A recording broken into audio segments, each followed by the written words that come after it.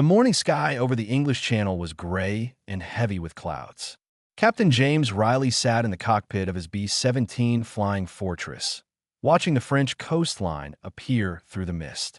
Below him, the Nazi submarine pins waited like concrete monsters along the shore. Those massive bunkers were killing Allied ships every week, sending thousands of tons of supplies to the bottom of the Atlantic Ocean. Riley had flown this mission 6 times before.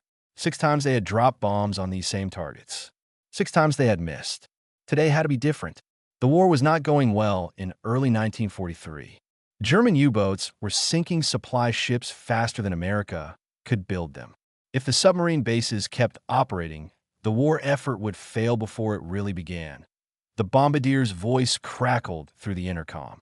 Sergeant Tommy Chun was hunched over his bomb sight in the nose of the plane, calculating wind speed and altitude. At 20,000 feet, the air was thin and cold. Ice formed on the windows. Chin's breath made small clouds inside his oxygen mask. Riley kept the plane steady. Around him, 30 other B-17s flew in tight formation. Each plane carried 4,000 pounds of high-explosive bombs. That was enough firepower to level a city block. But first they had to hit the target. German anti-aircraft guns opened fire. Black puffs of smoke exploded around the formation. Flak fragments tore through the air like deadly rain. Riley heard metal ping against the fuselage. One burst was close enough to rock the entire plane. In the back, the gunners reported damage to the tail section, but nothing critical. Bombs away. Chin's voice came through calm and professional. Riley felt the plane lift slightly as 4 tons of bombs dropped from a bay. He banked left, following the formation away from the target. Behind them, explosions bloomed across the submarine pins. Orange fire and black smoke rose into the gray sky. It looked like they had hit something important. The flight back to England took 2 hours. The crew was quiet. They had seen too many missions that looked successful from the air but turned out to be failures on the ground. The real test would come from the reconnaissance photos 3 hours after landing. Riley sat in the debriefing room with his crew. The intelligence officer spread aerial photographs across the table. Riley's stomach sank. The submarine pins were still standing. Every single bomb had missed the main target. The craters formed strange, oval patterns in the ground, some over 300 yards away from where they were supposed to hit. How is this possible? Chin asked, his voice tight with frustration. I had the calculations perfect. The crosshairs were right on target. The intelligence officer pointed to the crater patterns. Your aim was fine, Sergeant.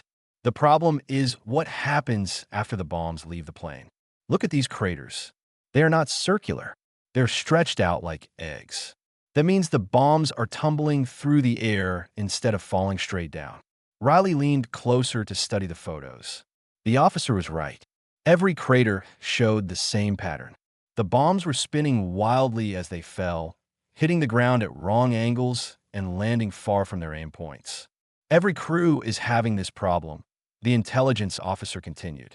Across all of England, American bombers are only hitting their targets 10 to 20% of the time.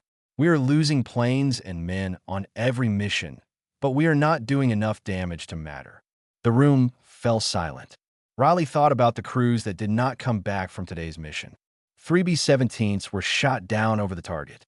30 men were either dead or captured. And for what? To put some craters in empty fields while the real targets kept operating? That night, Riley could not sleep. He lay in his bunk listening to the rain drum against the roof of the barracks. Somewhere in the darkness, he heard another crew being woken up for a pre-dawn mission. More men climbing into planes. More bombs that would probably miss. More friends who might not come back. The door to the barracks opened. A young officer stepped inside, shaking rain from his coat. He was new to the base. Riley had seen him talking to the ground crews earlier, studying the bomb racks and asking technical questions. Captain Riley, the officer asked. Riley sat up. That's me, Lieutenant Marcus Webb, sir. I'm an engineer from Wright Field. I heard about today's mission. I think I know why your bombs are missing. Riley studied the young lieutenant. He looked barely old enough to shave, but his eyes were sharp and intelligent.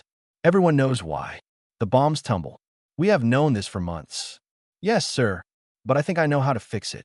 Webb pulled a folded paper from his jacket.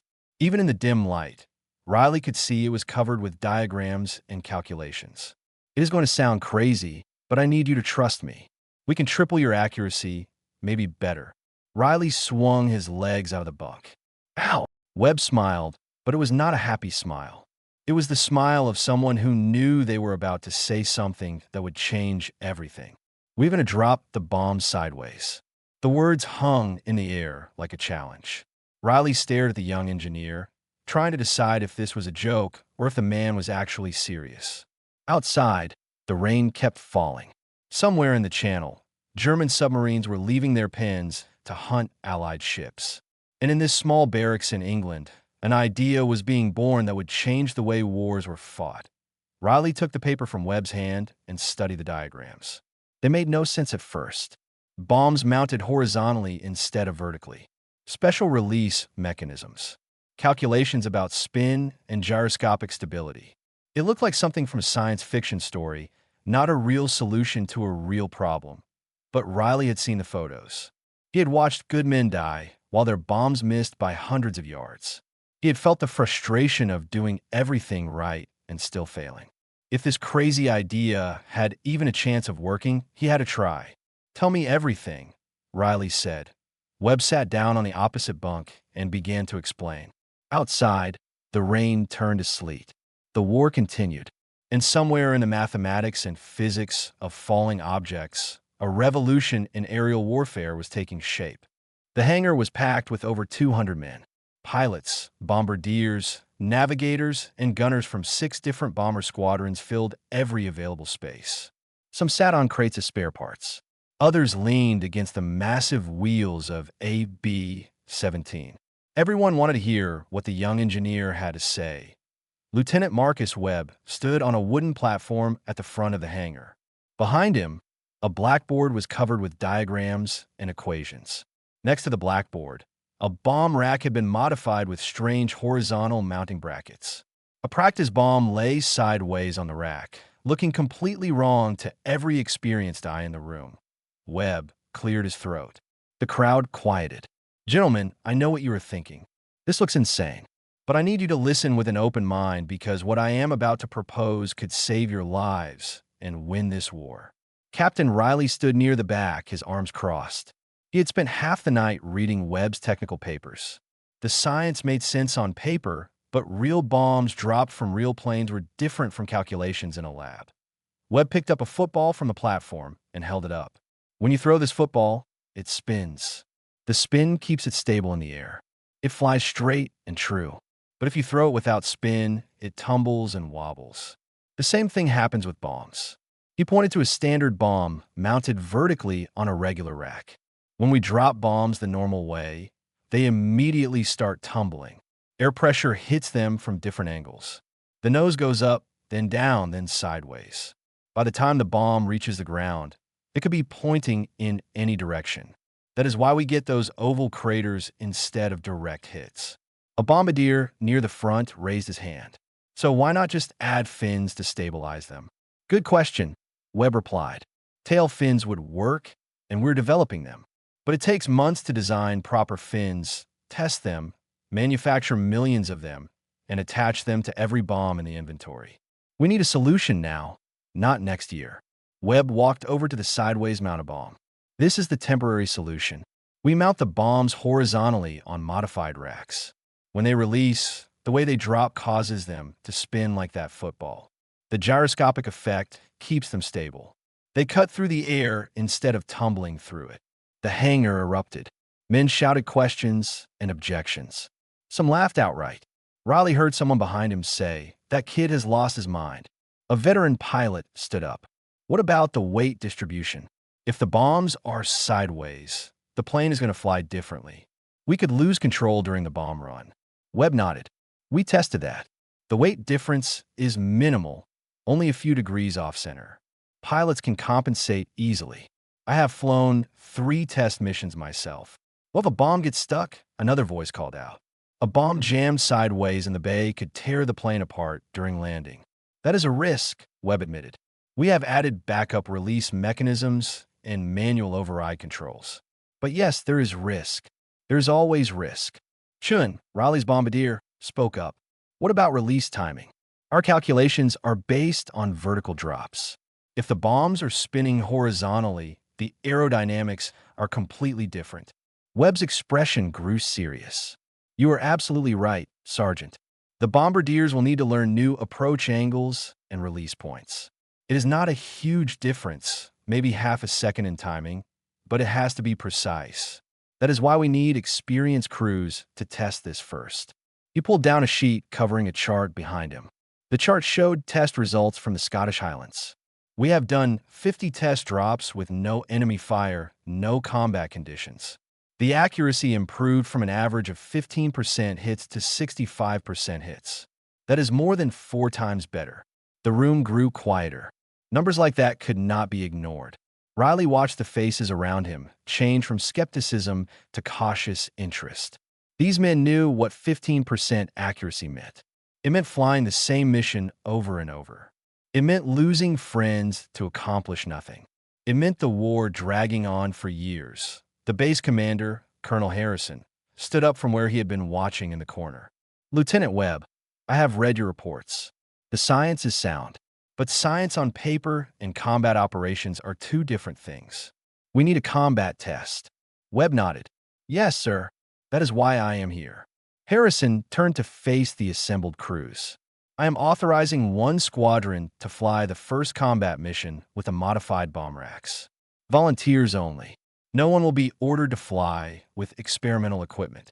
Riley found himself raising his hand before he even thought about it. Around the hangar, other hands went up. More than half the crews volunteered. Harrison's eyes found Riley.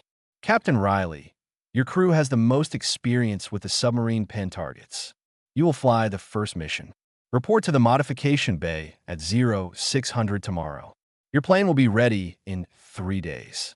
After the briefing, Riley walked back to his barracks with Chun and the rest of his crew.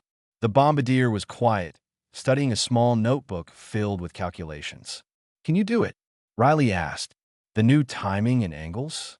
Chun looked up. I can learn it. But Captain, if this does not work, if we miss again, I do not know if I can handle another failure. Riley understood. Every bombardier felt the same way. They did the calculations perfectly, lined up the crosshairs exactly right, and watched their bombs miss anyway. It was like being a surgeon with a shaky scalpel. You knew what to do, but your tools kept failing you. Then we make it work, Riley said. Webb's math is solid. I checked it twice. The test results are real. This is the best shot we have. The navigator, Lieutenant Danny Foster, shook his head. I still think it is crazy. Sideways bombs. Next thing you know, they will have us flying upside down. But that night, as Riley lay in his bunk, he thought about those reconnaissance photos. The oval craters scattered across empty fields. The submarine pins still standing. The ships still sinking in the Atlantic. Crazy or not, something had a change point 3 days later. Riley stood on the tarmac watching ground crews load the modified bombs onto his B-17. The bombs lay horizontal in their special racks, looking like strange metal cigars instead of proper ordnance. The loading process took twice as long as normal. Every attachment point had to be checked 3 times. Webb stood next to Riley, watching with sharp eyes. The first release is the critical moment. Once the bomb clears the rack and starts spinning, it should stabilize within 2 seconds. If it does not, if it starts tumbling instead, you will know immediately. And if that happens, Riley asked that Webb's face was grim. Then we go back to the drawing board and keep losing the war one mission at a time. Riley looked at his plane. His crew was already aboard, running pre-flight checks.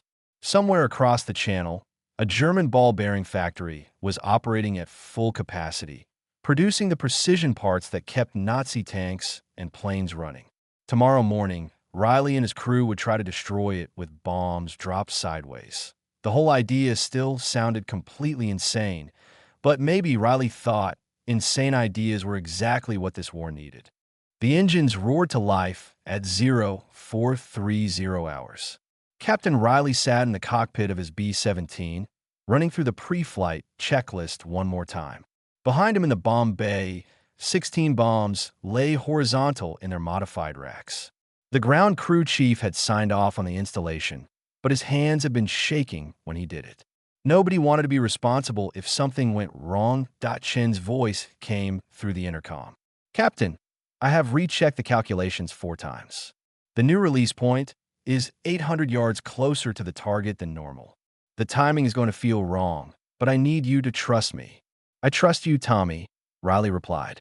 Around him on the airfield, 30 other B-17s were preparing to launch. Those planes carried standard bomb loads.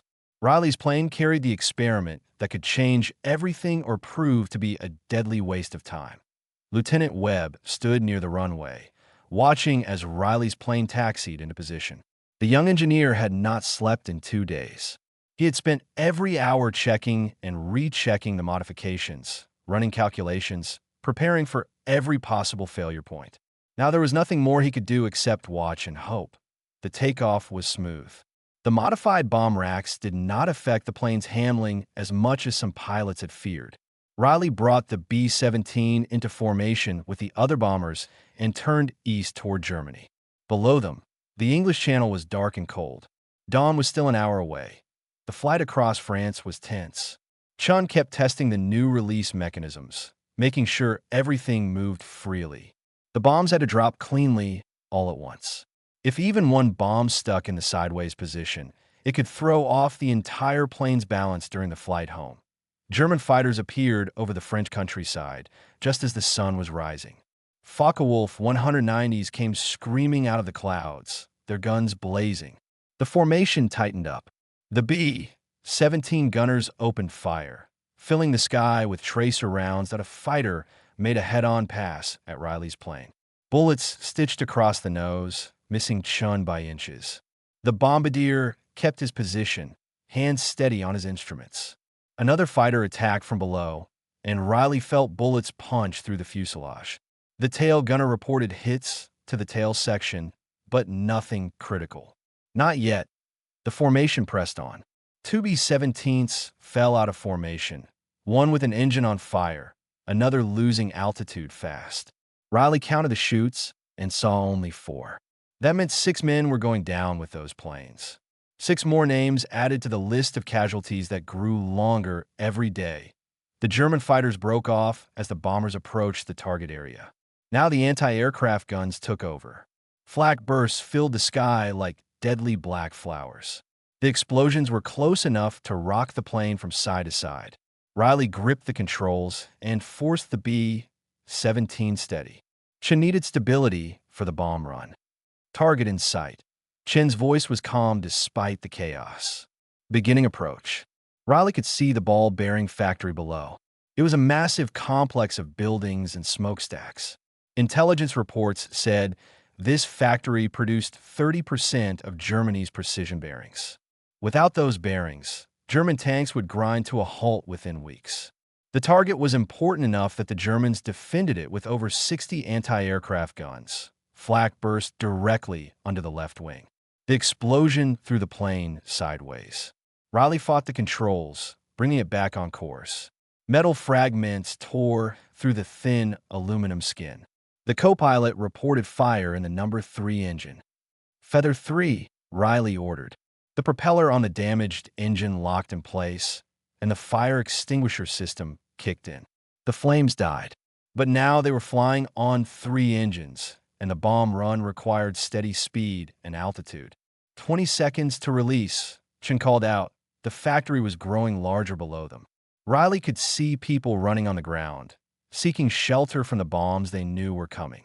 He pushed the thought aside. This was war. The factory had to be destroyed. 10 seconds. More flak burst around them. A piece of shrapnel punched through the windscreen, missing Riley's head by inches. Cold air screamed into the cockpit. He ignored it, keeping his hands steady on the controls. Bombs away. Riley felt the plane suddenly lift as 4 tons of bombs dropped from the bay. He started to turn away from the target, following the formation west toward home. But part of his mind was focused on what was happening below. The bombs fell in a tight group, spinning through the air. Instead of tumbling wildly like normal bombs, these rotated smoothly, stabilized by their horizontal release and gyroscopic spin. They cut through the air with far less drift, far less deviation from their aim point. The first bomb hit the center of the main factory building. Then the second, third, and fourth, a string of explosions marching across the complex. Secondary explosions erupted as the bombs found fuel storage and ammunition. A massive fireball rose into the sky. The radio erupted with voices from other planes. Direct hits. Multiple direct hits. Chun was looking back through the observation window, his eyes wide. "Captain, we did it. We actually hit the target. Dead center." Riley allowed himself a small smile. "Good work, Tommy. Now, let us get home." The flight back was a nightmare. German fighters attacked again over France, and the formation lost another 2 planes. Riley's B-17 was shot up badly. The number 2 engine started losing oil pressure. The hydraulics were damaged, and the landing gear might not deploy properly. When the English coast finally appeared through the clouds, Riley felt relief wash over him. But the job was not done yet. Landing a damaged plane with questionable landing gear and sideways mounted bombs that might still be stuck in the racks was going to be the final test. Webb's voice crackled over the radio from the control tower. "Captain Riley, we have fire crews standing by. Confirm your bomb bay is clear." Chun hit the manual inspection button. "All bombs released successfully, sir. Bay is clear." Riley brought the plane in low and slow. The landing gear deployed with a grinding sound that did not inspire confidence. The damaged hydraulics made the controls mushy and unresponsive. He fought the plane down through the wind, aiming for the center of the runway. The wheels touched down hard. The number 2 engine coughed and died. But the plane stayed straight, rolling down the runway until Riley could apply the brakes. They came to a stop with 50 yards of runway left. Webb was the first person to reach the plane. He was actually running across the tarmac, his face split in a huge grin. Behind him, a jeep was racing toward them, carrying the base commander and the intelligence officer. Riley climbed out of the plane and dropped to the ground. His legs were shaky from 6 hours of combat flying. Chun and the rest of the crew gathered around him. They were alive. Against all odds, they had survived another mission. Webb grabbed Riley's hand and shook it hard. "The photo reconnaissance plane is coming back now. But from a spotter reports, you destroyed the target. The factory is gone." Colonel Harrison arrived and looked at Riley's shot-up plane. "Captain, I need your honest assessment. Did the sideways bombs work?" Riley thought about those explosions walking across the factory. He thought about the smooth, stable drop instead of the usual tumbling chaos. He thought about actually hitting what they aimed at for the first time in months. "Yes, sir," he said. "They worked." The reconnaissance photos arrived 3 hours after Riley landed. Colonel Harrison spread them across the briefing room table while a dozen officers crowded around to look. The ball-bearing factory was gone. Not damaged, not partially destroyed, completely gone. The main building was a crater. The auxiliary structures were collapsed. Even the rail lines leading to the factory were torn up. The intelligence officer compared the new photos to the pre-strike images. Estimated hit accuracy 65%. That is more than triple our normal rate. Captain Riley's crew put 11 bombs within 200 feet of the aim point. For scored direct hits on the main building. Word spread across the airbase within the hour. By evening, crews from other squadrons were coming to look at Riley's modified B-17. They touched the horizontal bomb racks like they were sacred relics. They asked Chun to explain the new release calculations. They wanted to know when their planes would be modified. The answer came the next morning. Every available mechanic and engineer was pulled into round-the-clock shifts to modify bomb racks. Colonel Harrison wanted 30 planes ready within a week. The 8th Air Force Command wanted 300 planes ready within a month. Lieutenant Webb barely slept. He moved from hangar to hangar, training mechanics on the precise installation requirements. Every bowl had to be torqued to exact specifications. Every release mechanism had to be tested and tested again. One small mistake could jam a bomb in the rack or cause it to tumble instead of spin. But mistakes happened. On the 5th day of the modification program, a crew chief at another airbase cut corners and installed the racks incorrectly. The next morning, Captain Mike Thompson took off with bombs mounted on the faulty racks. During the bomb run over a German railroad yard, one bomb stuck halfway out of the bay. It hung there, spinning wildly in the slipstream, threatening to tear itself free and collide with the plane. Thompson's bombardier hit the emergency release 3 times. Nothing happened. The bomb stayed stuck, its nose cone grinding against the bay door mechanism. Thompson had to make a split-second decision: continue the bomb run with other planes, depending on his formation position, or break away and try to shake the bomb loose. He chose to stay in formation. The other 15 bombs dropped successfully and hit the target. Thompson then dove the plane hard, pulling up sharply, trying to shake the stuck bomb loose through G-forces. On the 3rd attempt, the bomb finally released, spinning away into empty countryside below. Thompson landed with his hands shaking. Webb was waiting for him, and the young engineer's face was white. "Show me the installation," he demanded. They found the problem within minutes. The crew chief had used the wrong size bolts on 2 mounting brackets. The tolerances were off by just 3 millimeters. It was enough to cause the binding that almost killed Thompson and his crew. Webb immediately sent messages to every airbase. He included photographs and detailed measurements. The installation manuals were updated. The crew chief who made the mistake was reassigned to ground duties. The standards became even more strict. Despite the close call, the modifications continued. The success rate was too high to ignore.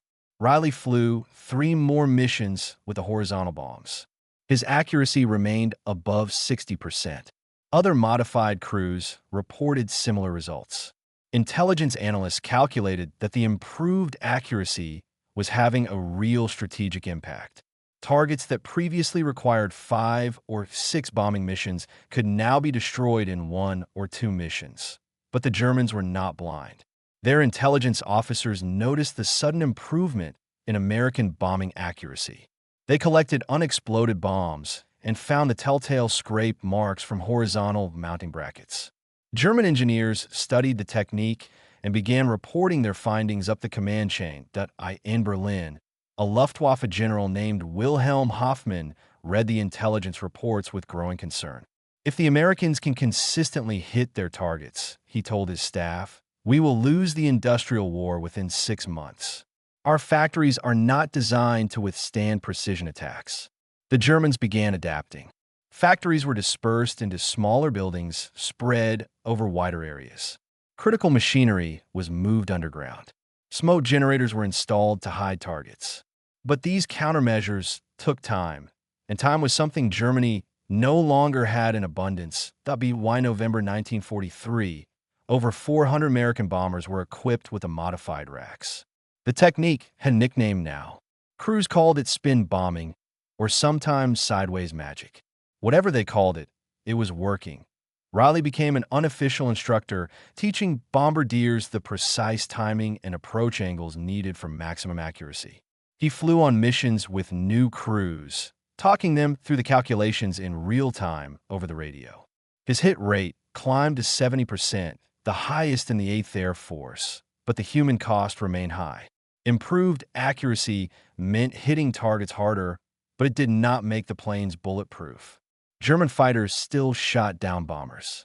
Flak still tore through formations. Men still died in burning planes over enemy territory. That on a cold morning in December, Riley attended a memorial service for a crew that went down over Hamburg. The pilot had been a kid from Texas who had asked Riley for advice on spin bombing just 3 days earlier. Now he was gone, along with his entire crew. Webb found Riley after the service, standing alone near the empty hardstand where the lost plane used to park. "We are making a difference," Webb said quietly. "The targets we are hitting now would have been impossible 6 months ago." Riley nodded. "I know, but still costs. Every mission costs." "The alternative is worse," Webb replied. "If we go back to the old way, missing 8 times out of 10, the war drags on for years. More men die. More cities get bombed. The only way out is through." Riley knew Webb was right. The strategic bombing campaign was working. German production was falling. Transportation networks were breaking down. The improved accuracy meant every bomb counted, every mission mattered. The next day, Riley received orders for a mission to Schweinfurt, another ball-bearing factory heavily defended. The mission planners expected to lose 10 to 15 planes, but the target had to be destroyed. Germany's tank production depended on those bearings. Riley gathered his crew for the briefing. They had flown 19 missions together now. 19 times they had faced German fighters in flak and come home. The odds said their luck would run out eventually. But not today. Not if Riley had anything to say about it. "Gentlemen," he said, looking at each man in turn, "tomorrow we are going to show the Germans what American precision looks like. We're going to put every bomb right down their throat. And then we are coming home for Christmas dinner." Chin smiled. "With the sideways bombs, Captain, I can practically guarantee it." Riley smiled back. 6 months ago, Chin would not have been able to guarantee anything except frustration and failure. Now they had a tool that worked, a technique that gave them a fighting chance against impossible odds. Outside the briefing room, ground crews were loading horizontal bombs onto Riley's plane. The modified racks were no longer experimental. They were proven technology, tested in combat, validated by results. The strange idea that had sounded so crazy in that first briefing had become standard operating procedure. Webb stood on the tarmac, watching the bomb loading with satisfaction. His temporary solution was working better than anyone had hoped. The permanent tail fin stabilizers were still in development, still months away from deployment. But the horizontal mounting technique had bought time and saved lives that a messenger arrived with a telegram from 8th Air Force Headquarters. Webb read it and allowed himself a rare smile. His promotion to captain had been approved. More importantly, he was being sent back to Wright Field to work on the next generation of precision bombing technology. The war was changing. American ingenuity was making a difference. And somewhere high above Europe, bombs were spinning through the air with deadly accuracy, hitting their targets, shortening the war, bringing victory closer with every mission. The morning sky over Germany was clear and cold on February 12, 1945. Captain Riley looked down at the formation below him. Over 300 B-17s stretched across the sky like a massive steel cloud. He was flying his 32nd mission, 2 more than required to complete his tour and go home. But he had volunteered to stay for one final strike. The target was the Luna synthetic oil plant near Leipzig. German fuel production had already dropped by 60% over the past year, but this plant was still operating. Intelligence said the plant produced enough synthetic fuel to keep 2 panzer divisions running for a month. Today, that plant would cease to exist. Riley's bombardier was new. Sergeant Peter Martinez had arrived just 2 weeks earlier, fresh from training in the United States. Chun had rotated home 3 months ago with a chest full of medals and the Distinguished Flying Cross. Martinez was good, but he was still learning the precision techniques that had become standard in the bomber force. "Captain, I have the target." Martinez's voice was steady. Beginning final approach. Below them, the Luna plant sprawled across several square miles. Smoke from the previous night's RAF raid still drifted across the complex. The British bombers had hit the facility with area bombing tactics, dropping thousands of bombs across a wide zone. Some had hit the target. Most had not. That was about to change. The anti-aircraft fire was intense. The Germans knew how important this target was. Flak bursts filled the sky in a solid wall of explosions. Riley felt the plane shudder as fragments tore through the wings and fuselage. The number 4 engine coughed and started trailing smoke. "Steady," Martinez said, more to himself than to Riley. "Release point in 15 seconds."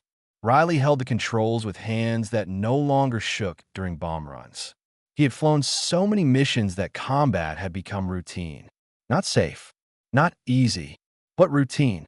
He knew what to expect, knew how to handle the fear, knew how to bring his crew home. Bombs away. The bombs fell in a perfect string, spinning through the air with the gyroscopic stability that had become standard since that first experimental mission nearly 2 years ago. Riley banked away from the target and looked back. The explosions marched across the oil plant like the footsteps of giants. Storage tanks erupted in massive fireballs. Processing buildings collapsed. The entire facility disappeared under a blanket of fire and smoke. Martinez was staring at his equipment, then back at the target, his face showing pure disbelief. Did we actually hit it? All of it.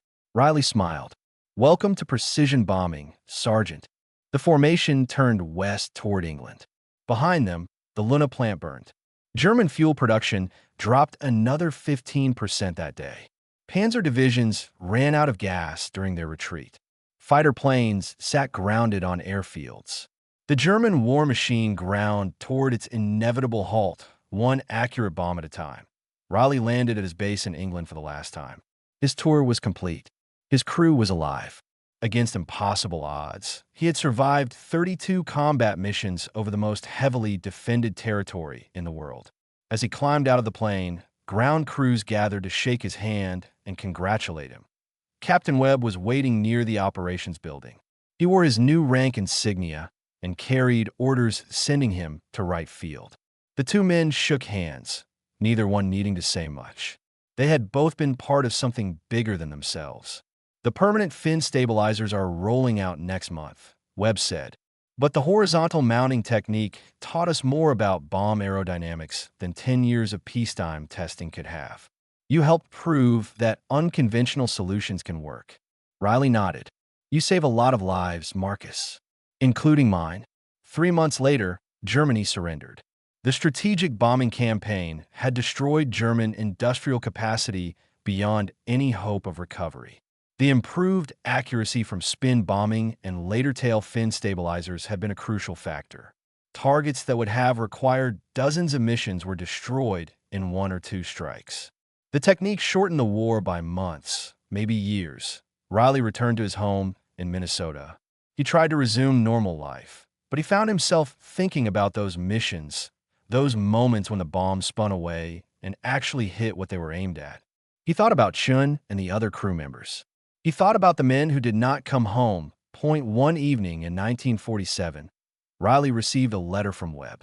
The engineer was now a colonel working at Wright-Patterson Air Force Base in Ohio. He was part of a team developing the next generation of precision-guided weapons. His letter described bombs with radio guidance systems, eventually even with television cameras in their noses.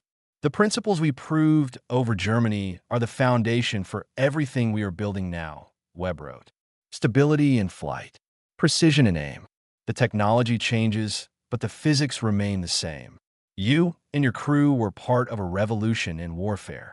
Riley folded the letter and looked out his window at the peaceful Minnesota farmland. The war felt like a lifetime ago, even though it had been less than 2 years. He thought about that first crazy briefing when Webb proposed dropping bombs sideways. He thought about the skepticism and the fear and the desperate hope that something, anything, would work. In a quiet moment, Riley allowed himself to feel pride. Not in the destruction, not in the war, but in the problem-solving, in the courage to try something new when the old ways were failing, in the teamwork between engineers and combat crews that turned a wild idea into operational reality. The legacy of that innovation continued. American military doctrine embraced precision strike technology. Bomb designs improved year by year. Guidance systems became more sophisticated. By the 1950s, the Air Force could hit targets with accuracy that would have seemed impossible in 1943, but it all started with a young engineer and a desperate bomber crew willing to try dropping bombs sideways. It started with the recognition that sometimes the solution to an impossible problem requires thinking in completely new ways.